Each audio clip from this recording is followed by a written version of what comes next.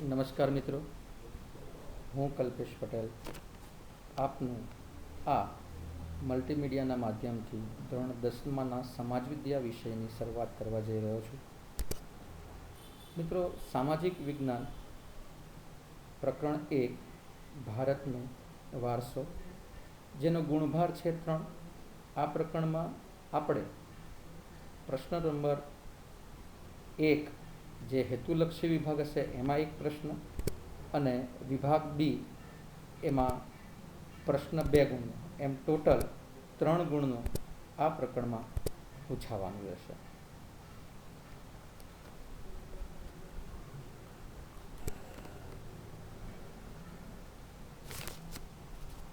આપણે આગળ પ્રકરણની શરૂઆત જોઈએ, જેમાં પ્રશ્ન નંબર 1 ભારતના સ્થાન વિશે માહિતી આપો, અથવા આ પ્રશ્ન પૂછાય સંસ્કૃતિના સંદર્ભમાં ભારતનો પરિચય આપો. વિશ્વના કુલ 7 ખંડ છે, જેમાં વિસ્તાર અને જનસંખ્યાની દ્રષ્ટિએ એશિયા સૌથી મોટો ખંડ છે. પ્રાચીન સમયનું ભારત ઘણું વિશાળ હતું. હાલમાં પણ ભારત વિસ્તારની દ્રષ્ટિએ વિશ્વમાં 7મા ક્રમે અને જનસંખ્યાની દ્રષ્ટિએ બીજું સ્થાન ધરાવે છે. મિત્રો, આમ તો વિષ્ણુ પુરાણમાં પણ કહ્યું છે કે સમુદ્રની ઉત્તરે અને હિમાલયની દક્ષિણે આવેલ સ્થળનું નામ ભારત વર્ષ છે, જેના સંતાનો ભારતીય છે. ઉત્તરમ યત સમુદ્રસ્ય હિમાલયે ચ દક્ષિણમ. વિષ્ણુ પુરાણના આ શ્લોકમાં ભારતનું સ્થાન અતિ પ્રાચીન કાળથી કેવું છે, ત્યાં છે એની માહિતી આપી છે. મિત્રો, અહીંયા પણ જો કે પરીક્ષાની દ્રષ્ટિએ જોવા જાઓ તો બંને મુદ્દા ખૂબ ઉપયોગી. વિસ્તાર અને જનસંખ્યાની દ્રષ્ટિએ વિશ્વમાં સૌથી મોટો ખંડ એશિયા, જ્યારે વિશ્વમાં વિસ્તારની દ્રષ્ટિએ 7મું સ્થાન અને જનસંખ્યાની દ્રષ્ટિએ બીજું સ્થાન ધરાવે છે. ઇતિહાસકારોએ ભારતની ધરતીને સુજલામ, સુફલામ અને ધન ધાન્યથી સમૃદ્ધ કહી છે. આમ તો બંકિમચંદ્ર ચટ્ટોપાધ્યાય આનંદ મઠ નામના ગ્રંથમાં જે વંદે માતરમ નામનું ગીત છે એમાં લખ્યું છે કે ભારતની ધરતી સુજલામ, સુફલામ અને ધન ધાન્યથી સમૃદ્ધ છે. એટલે જ આપણે વંદે માતરમ ગીતમાં સુજલામ સુફલામ મલય જ શીતલામ શસ્ય શ્યામલામ માતરમ ગીત ગાઈએ છીએ.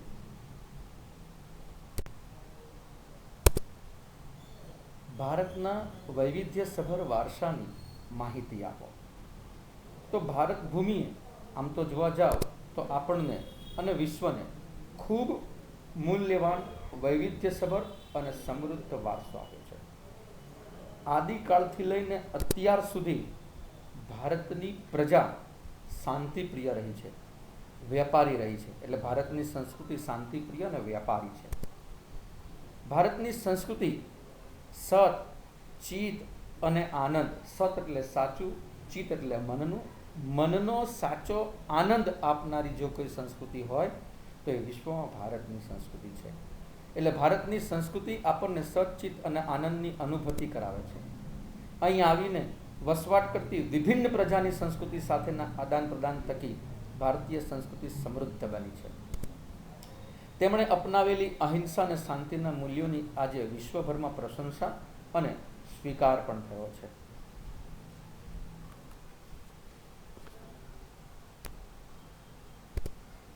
ભારતમાં ભાતીગળ સંસ્કૃતિનું નિર્માણ કઈ રીતે થવા પામ્યું? આમ તો ભાતીગળ શબ્દ એટલે ભાતના લોકો દ્વારા નિર્માણ થયેલી સંસ્કૃતિ. સિંધુ ખીણની સંસ્કૃતિ જે ભારતની પ્રાચીન અને પુરાની સંસ્કૃતિ છે એ સિંધુ ખીણની સંસ્કૃતિ કહેવાય છે. ત્યારથી લઈને આજ દિન સુધી લોકોએ ભારતની સંસ્કૃતિના ઘડતરમાં પોતાની બુદ્ધિશક્તિ, આવડત અને કલા કૌશલ્ય દ્વારા સમૃદ્ધ બનાવી. ભારતની સંસ્કૃતિના ઘડતરમાં કોણે મહત્વનો ફાળો આપ્યો છે? અહીંથી અલગ 2 ગુણનો પ્રશ્ન પૂછવો હોય તો આવી શકે. તો ભારતના આ ભવ્ય વારસા અને સંસ્કૃતિના નિર્માણમાં અસંખ્ય ઋષિમુનિઓ, સંતો, વિદુષીઓ, ચિંતકો, કલાકારો, કારીગરો, વૈજ્ઞાનિકો, સાહિત્યકારો, શિક્ષણશાસ્ત્રીઓ, રાજનેતાઓ, ઇતિહાસકારો, સમાજ સુધારકો, ટૂંકમાં કહેવું હોય તો કોઈ એક વ્યક્તિ દ્વારા નહીં, પરંતુ અનેક લોકો દ્વારા આ ભારતની સંસ્કૃતિનું ઘડતર થયું છે. અને આ લોકોએ એમની સંસ્કૃતિના ઘડતરમાં અમૂલ્ય ફાળો આપ્યો છે. તેમના ધર્મ, શાસન શૈલી, ભાષા, કલા, ચિત્રો, બોલી, પહેરવેશ અને રીત રિવાજો વગેરે પણ ભારતને મળ્યા અને ભારતની સંસ્કૃતિનું નિર્માણ થયું છે. આમ ભારતની ભાતીગળ સંસ્કૃતિનું નિર્માણ થવા પામ્યું છે.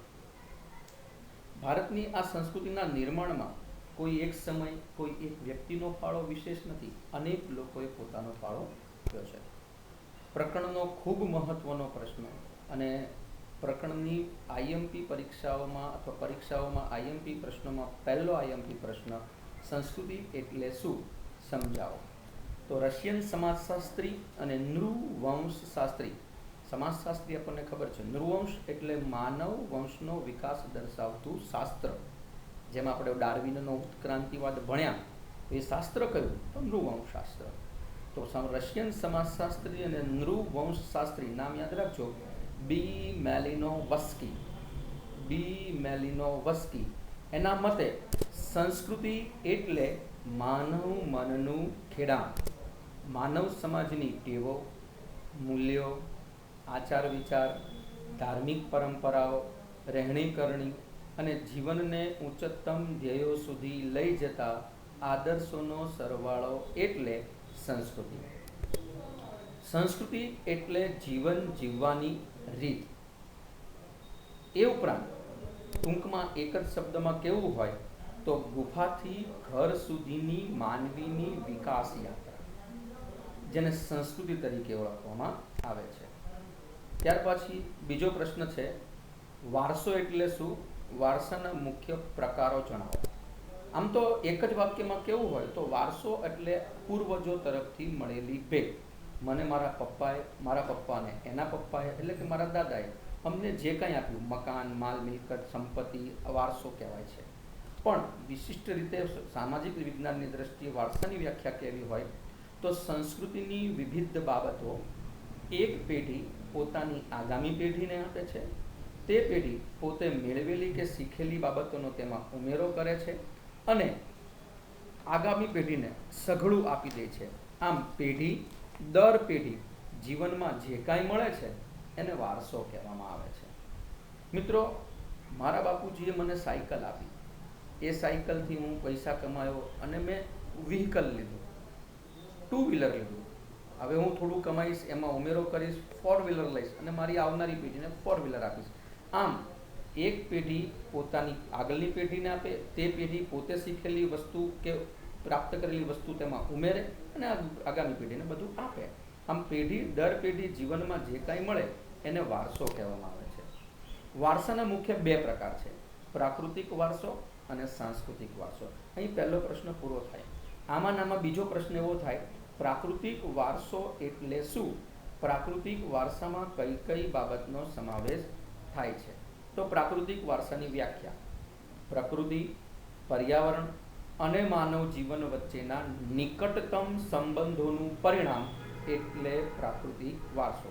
પુનઃ, પ્રકૃતિ, પર્યાવરણ અને માનવ જીવન વચ્ચેના નિકટતમ સંબંધોનું પરિણામ એટલે પ્રાકૃતિક વારસો. પ્રાકૃતિક વારસામાં પ્રાકૃતિક વિશિષ્ટતાઓ જેવી કે પર્વતો, વનો, રણો, નદીઓ, સાગરો, ઝરણાઓ, ઋતુઓ, તરુઓ, વેલાઓ. અહીંયા ઋતુઓ, તરુ એટલે વૃક્ષો થશે, તો ઋતુઓ, તરુઓ, વેલાઓ, લતાઓ, પર્ણો, પુષ્પો અને જીવજંતુઓનો સમાવેશ થાય છે. આ પણ એક આઈએમપી પ્રશ્ન હતો. હવે પ્રાકૃતિક વારસાના એક અંગ તરીકે ભૂમિ દ્રશ્યોનું મહત્વ જણાવો. તો વિશાળ ભૂમિ આકારો અનેક સુંદર ભૂમિ દ્રશ્યોનું નિર્માણ કરે છે, જેમ કે હિમાલય. તો હિમાલય એક ભૂમિ આકાર છે જેમાં નંદાદેવી, કાંચનજંગા, કેટુ જેવા હિમાચ્છાદિત પર્વત શિખરો, ગંગા, યમુના, સિંધુ જેવી 12 માસ પાણીથી ભરપૂર રહેતી નદીઓ, વનસ્પતિ, ઔષધિઓ, ખનિજો, પશુ પંખીઓ અને વન્યજીવો ધરાવતા તરાઈના જંગલો, અમરનાથ, બદ્રીનાથ, કેદારનાથ જેવા પવિત્ર યાત્રાધામો, આ બધા જ ભૂમિ દ્રશ્યોનું નિર્માણ હિમાલય ભૂમિ આકારમાં થયેલું છે. આ બધા જ ભૂમિ દ્રશ્યો સદીઓથી ભારતના લોકોનું જીવન, વ્યવસાય, રહેણી કરણી, આચાર વિચાર, ધર્મના નિર્માણમાં ખૂબ અસર કરી છે. એટલે તો હિમાલય પર્વત સદીઓથી ભારતીય પ્રજાના વારસાનો ભાગ બને છે. જે રીતે હિમાલયનું નિર્માણ થયું, આપણે 9મા ધોરણમાં ભણી ગયા, ગોંડવાના લેન્ડ, પેલી અભિસારિયણ અને અપસરણ પ્લેટો, અને એના આધારે જે હિમાલયનું નિર્માણ થયું, ત્યારથી ભારત ભૂમિખંડનું નિર્માણ થયું છે.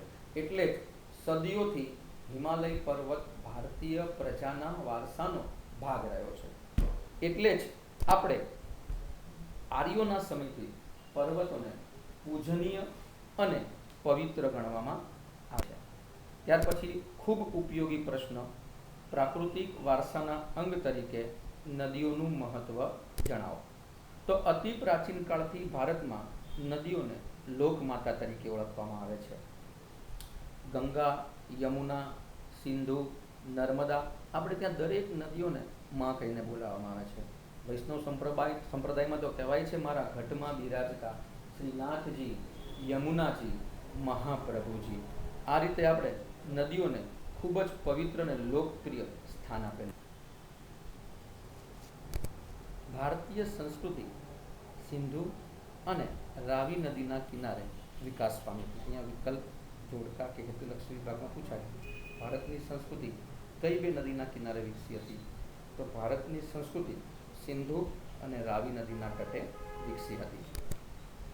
ગંગા, યમુના, સિંધુ, સરસ્વતી, નર્મદા, ગોદાવરી, કૃષ્ણા, કાવેરી વગેરે બધી જ નદીઓએ ભારતના લોકજીવન પર ગાઢ અસર ઉપજાવી છે.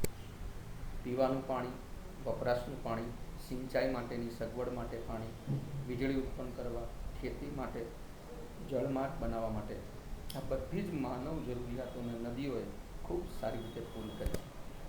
એ ઉપરાંત નદી કિનારાની માટીનો ઉપયોગ કરી રમકડા, મકાનના લીંપણ, વાસણ અને નદી કિનારાનો ઉદ્યોગોના વિકાસ માટે ખૂબ ઉપયોગ કર્યો છે. નદી કિનારાના ઉષા અને સંધ્યાના નયનરમ્ય દ્રશ્યોએ અનેક કલાકારોની કલાસૂઝ વિકસાવવામાં ખૂબ મહત્વનો ફાળો આપ્યો છે. પ્રાકૃતિક વારસાના અંગ તરીકે વનસ્પતિ જીવનનું મહત્વ જણાવો.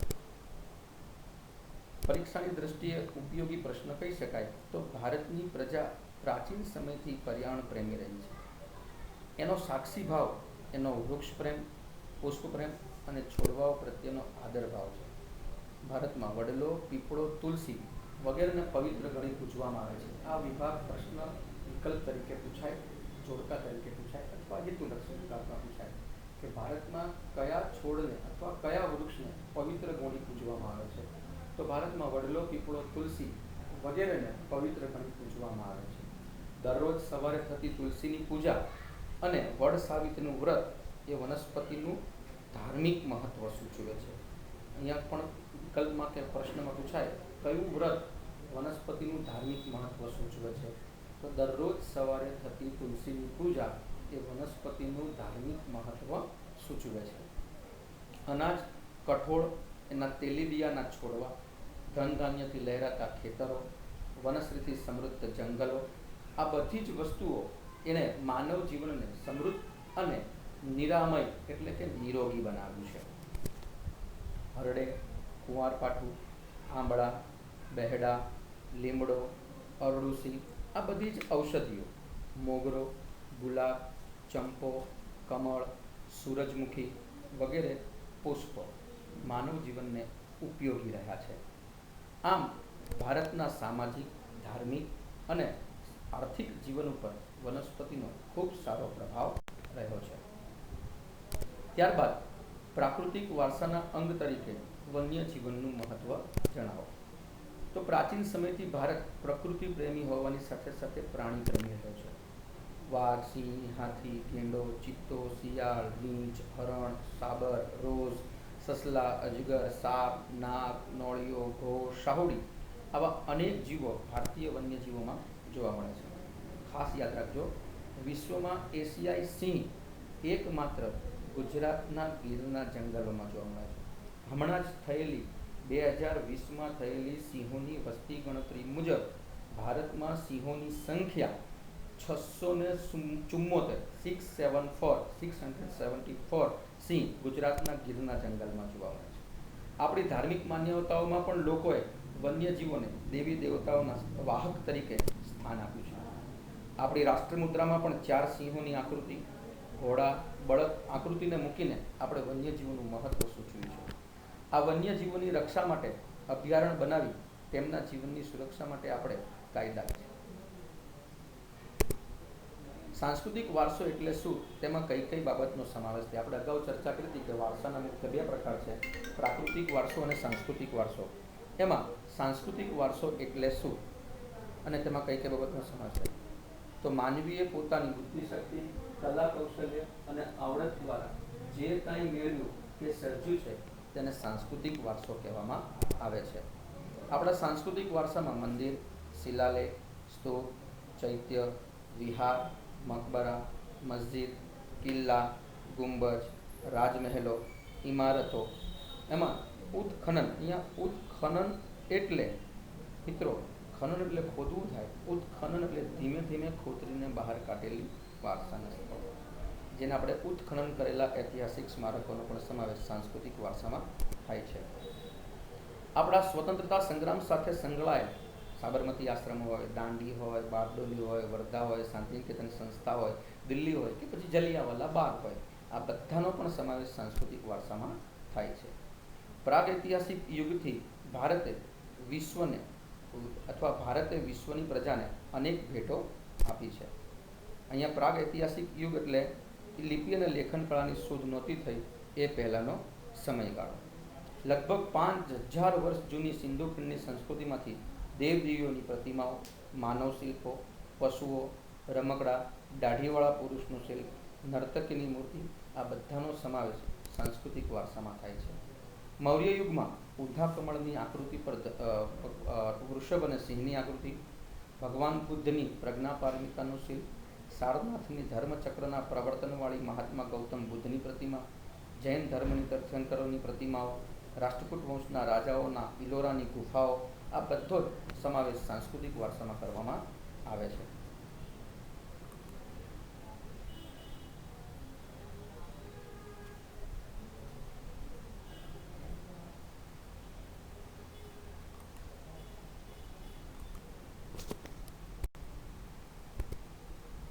ગુજરાતના સાંસ્કૃતિક વારસાના સ્થળોની માહિતી આપો.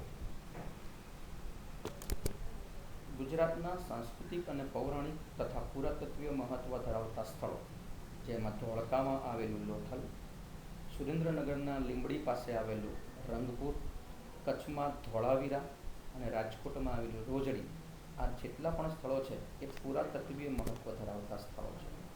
જ્યારે ઐતિહાસિક મહત્વ ધરાવતા સ્થળોમાં વડનગરનું કીર્તિ તોરણ, જૂનાગઢનો અશોકનો શિલાલેખ, મોઢેરાનું સૂર્ય મંદિર, ચાંપાનેરનો દરવાજો, સિદ્ધપુર એનો રુદ્રમહાલય, વિરમગામનું મુનસર તળાવ, અમદાવાદની જામા મસ્જિદ, ઝુલતા મિનારા, સીદી સૈયદની જાળી જે લાલ દરવાજા ખાતે આવેલી છે, શાહીબાગમાં આવેલા હઠીસિંગના જૈન ડેરા, પાટણનું સહસ્ત્રલિંગ તળાવ, વડોદરાનો લક્ષ્મી મહેલ, જૂનાગઢનો મોહબ્બત ખાનનો મકબરો, નવસારીની પારસી અગિયારી, આ બધા ઐતિહાસિક મહત્વ ધરાવતા સ્થળો છે.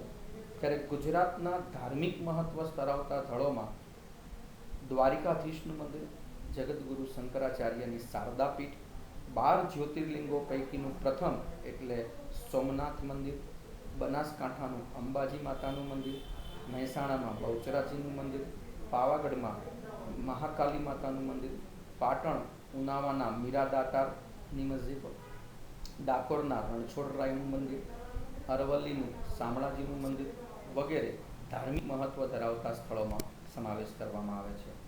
ગુજરાતના પ્રવાસન સ્થળો વિશેની માહિતી. તો ગુજરાતમાં જાણીતા અને ધાર્મિક સામાજિક પ્રવાસન સ્થળોમાં પોલો ફોરેસ્ટ વિજયનગર બનાસકાંઠામાં આવેલું છે. જ્યારે આપણે દર વર્ષે અમદાવાદમાં પતંગોત્સવ અને કાંકરિયા કાર્નિવેલ ભરાય છે.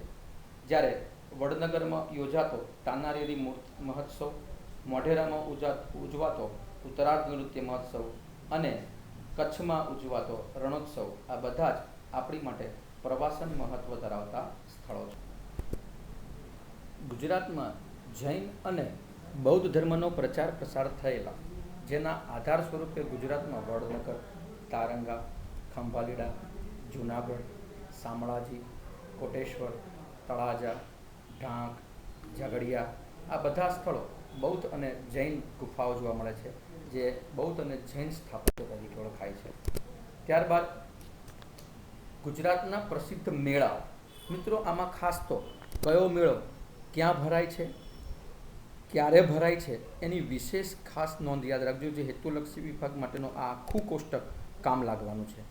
એમાં મોઢેરાના મહેસાણા ખાતે આવેલા મોઢેરામાં મોઢેરાનો મેળો, જે શ્રાવણ વદ અમાસે ભરાય છે.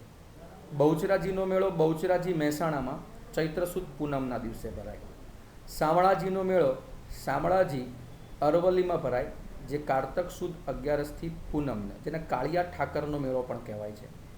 ભાદરવી પૂનમનો મેળો અંબાજી ભાદરવા સુદ પૂનમ, જ્યાં ખાસ તો આપણા અમદાવાદ અને ઉત્તર ગુજરાતના લોકો અંબાજી ચાલતા જાય છે અને પૂનમના દિવસે, ભાદરવી પૂનમના દિવસે ત્યાં માના સાનિધ્યમાં ખૂબ મોટો મેળો ભરાય છે, જેને આપણે ગુજરાતનો કુંભ ગણાય એવો ભવનાથનો મેળો, જે ગિરનારમાં ભરાય છે. મહાવદ નોમથી બારસના દિવસ સુધી ભરાય. આમ તો ત્રિનેત્રેશ્વર મંદિર સુરેન્દ્રનગરમાં આવેલું છે, જે તરણેતર તરીકે ઓળખાય છે. એ તરણેતરનો મેળો ભાદરવા સુદ ચોથથી છઠમાં ભરાય છે. ભળિયાદ પીરનો મેળો અમદાવાદ ભળિયાદમાં મળાય છે. જેમ આપણે ગુજરાતી મહિના છે કારતક માગશર, એમ ઇસ્લામમાં રજબ મહિનો આવે છે. રજબ, રમઝાન એવા મહિનાઓ હોય છે.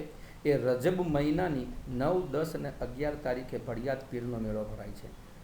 ભાવનગરમાં નકળંગનો મેળો ભરાય છે. કોળિયા ભાવનગર ભાદરવા વદ અમાસ, જેમાં દરિયો રસ્તો આપી દે છે અને આપણે આ મહાદેવના મંદિરની દર્શન કરી શકાય છે. પોરબંદરનો માધવપુરનો મેળો ચૈત્ર સુદ 9થી 13ના રોજ.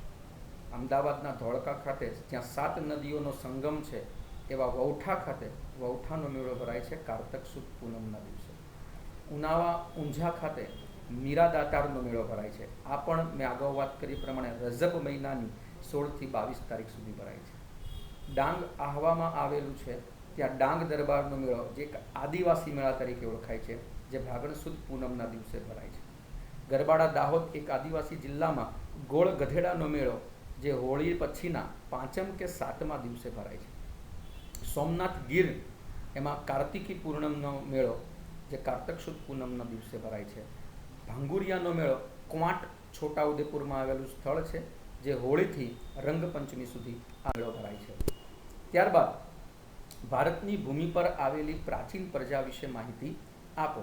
આમ તો ભારતમાં આપણને એવું કહેવામાં આવે છે કે દ્રવિડો એ સૌથી પ્રથમ આવેલા હતા, ત્યાર પછી અનેક પ્રજાતિઓ ભારતમાં આવી, પરંતુ નૃવંશશાસ્ત્રી અને ભાષાશાસ્ત્રીઓની શોધોએ સાબિત કરી આપ્યું કે દ્રવિડો પહેલાં પણ બીજી 6 જેટલી ભિન્ન ભિન્ન પ્રજાઓ ભારતમાં આવી અને વસવાટ કરતી હતી.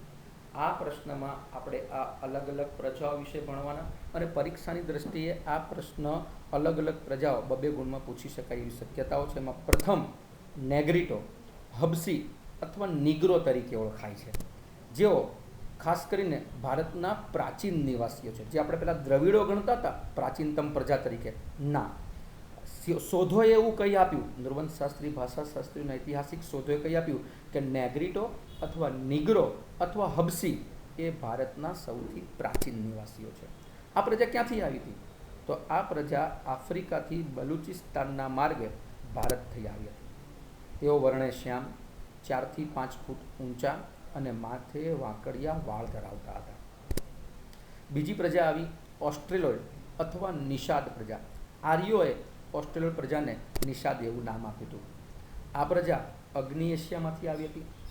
તેઓની શારીરિક વિશેષતાઓ જોઈએ તો રંગે શ્યામ, લાંબુ પહોળું માથું, ચપટું નાક, ટૂંકું કદ એ તેમની મુખ્ય શારીરિક વિશેષતા હતી. મેં હમણાં જ કીધું એ પ્રમાણે ભારતમાં આવેલા આર્યો તેમને નિષાદ નામે ઓળખાવતા હતા, અથવા આપણે ભીલી પ્રજા પણ કહીએ છીએ. આ ભીલી પ્રજા માટે પણ નિષાદ શબ્દ પ્રયોજવામાં આવ્યો હતો. ભારતની કોલ અને મુંડા જાતિ, અસમની ખાસી પ્રજા, મ્યાનમાર અને નિકોબારની પ્રજામાં આ જાતિના અવશેષો જોવા મળે છે. એ ઉપરાંત ભારતની સંસ્કૃતિ અને સભ્યતાના વિકાસમાં પણ આ પ્રજાનો ફાળો ખૂબ મહત્ત્વનો છે. ઓસ્ટ્રેલિયન પ્રજા એ માટીના વાસણો બનાવવા, ખેતીકામ કરવું, સુતરાઉ કાપડનું વણાટકામ કરવું, આ બધા જ કૌશલ્યોથી તેઓ પરિચિત હતા. અને સૌથી મહત્વનું, તેઓ ધાર્મિક માન્યતાઓ પણ ધરાવતા હતા. ત્રીજી છે દ્રવિડ પ્રજા. તો આમ તો દ્રવિડો મૂળ ભારતના નહોતા, તેમજ તેમને મોહેંજો-દડોની સંસ્કૃતિના સર્જક અને પોષક પાષાણ યુગની સંસ્કૃતિના સીધા વારસદાર ગણવામાં આવે છે. દ્રવિડોએ માતા રૂપે દેવી પાર્વતી અને પિતા રૂપે પરમાત્મા શિવનો ખ્યાલ આપ્યો. તેમણે ધૂપ, દીપ અને આરતીથી પૂજા કરવાની પદ્ધતિ આપી. પ્રકૃતિ પૂજા અને પશુ પૂજા એ દ્રવિડોની ભેટ છે. દ્રવિડોની કુટુંબ વ્યવસ્થા માતૃમૂલક હતી, જેમાં માતા પ્રધાન કુટુંબ વ્યવસ્થા હતી. તેઓ આકાશી ગ્રહો, હોળી, તરાપા, કાતવું, વણવું, રંગવું. કાતવું એટલે રૂમાંથી તાર બનાવવા, વણવું એટલે તારનું કાપડ બનાવવું, અને રંગવું એટલે કલરકામ. એ આપ સૌ જાણો છો. આ બધી જ બાબતોથી તેઓ પરિચિત હતા. ઉત્તરમાં જેમ જેમ આર્યોનો પ્રભાવ વધ્યો, દ્રવિડો દક્ષિણ તરફ ખસતા ગયા. આજે દક્ષિણ ભારતમાં દ્રવિડ કુળની તમિલ, તેલુગુ, કન્નડ અને મલયાલમ, તમિલનાડુમાં તમિલ ભાષા બોલનારા, આંધ્રપ્રદેશની અંદર હવે તો તેલંગાના પણ કહેવાય, આંધ્રપ્રદેશ અને તેલંગાના, એમાં તેલુગુ ભાષા બોલનારા, કર્ણાટકમાં કન્નડ ભાષા બોલનારા અને કેરળમાં મલયાલમ ભાષા બોલનારા લોકો વસવાટ કરે છે. અન્ય પ્રજાઓમાં મોંગોલોઇડ, જેને આપણે કિરાત નામે ઓળખાવીએ છીએ, આ પ્રજા ઉત્તર પશ્ચિમ ચીનમાંથી તિબેટ થઈ ભારતમાં આવી. તેઓ ઉત્તર અસમ, સિક્કિમ, ભૂતાન અને પૂર્વ બંગાળમાં વસવાટ કર્યો અને સમય જતાં તેમનું ભારતીયકરણ થયું. આ પ્રજા પીળો વર્ણ, ચપટો ચહેરો, ઉપસેલા ગાલ અને બદામ આકારની આંખો આ પ્રકારની શારીરિક વિશેષતાઓ ધરાવતા હતા. મોંગોલોઇડ લોકો પીળા વર્ણના હોવાથી કિરાત તરીકે ઓળખાતા હતા. ત્યારબાદ અલ્પાઇન, ડિનારિક અને આર્મેનોઇડ પ્રજા. આ ત્રણેય પ્રજાઓ મધ્ય એશિયામાંથી આવેલી હતી. આ ત્રણેય પ્રજાના શારીરિક ગુણધર્મો એક સમાન હતા. આ પ્રજાના અંશો ખાસ કરીને મહારાષ્ટ્ર, બંગાળ, ઓડિશા, ગુજરાત અને આપણા સૌરાષ્ટ્રમાં વિશેષ જોવા મળે છે.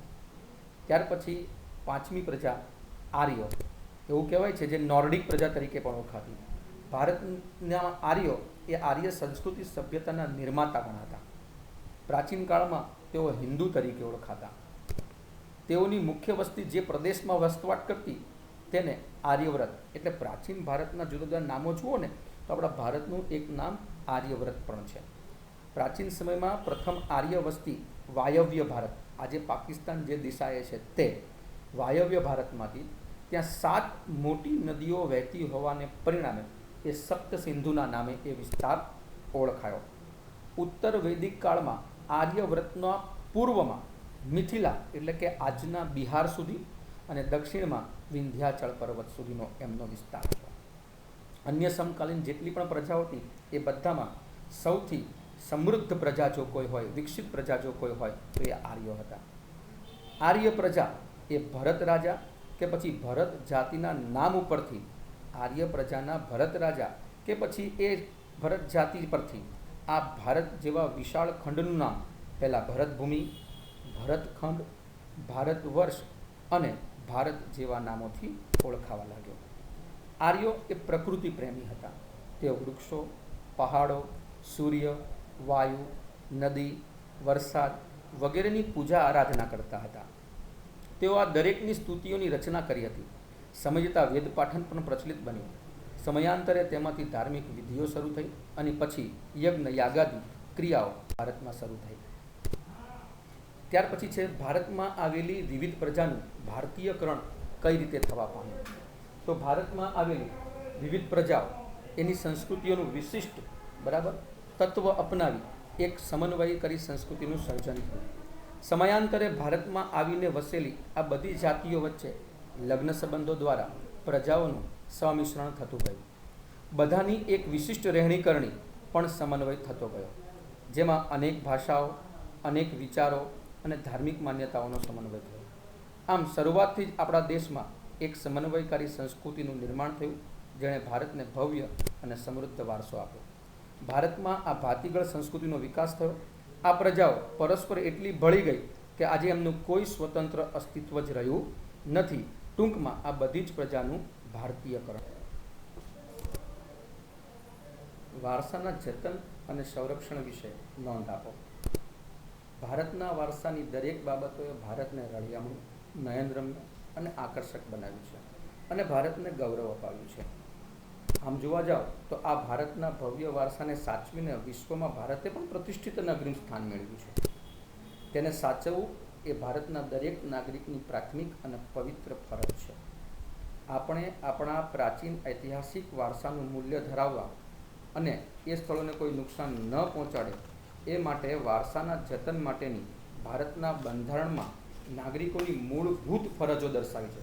તમે કોઈ પણ ગુજરાત રાજ્યના પાઠ્યપુસ્તક મંડળનું કોઈ પણ પુસ્તક લેશો એના પહેલાં જ પાના ઉપર નાગરિકોની મૂળભૂત ફરજો આપેલી છે. એ ફરજોમાં કલમ 6 જ અને ટ, આમ તો ભારતના બંધારણના અનુચ્છેદ 51 કલમ ક અને એના અનુસંધાન મુદ્દાઓ 6 જ અને ટ એમાં વારસાની જાળવણી કલમો સૂચવી છે.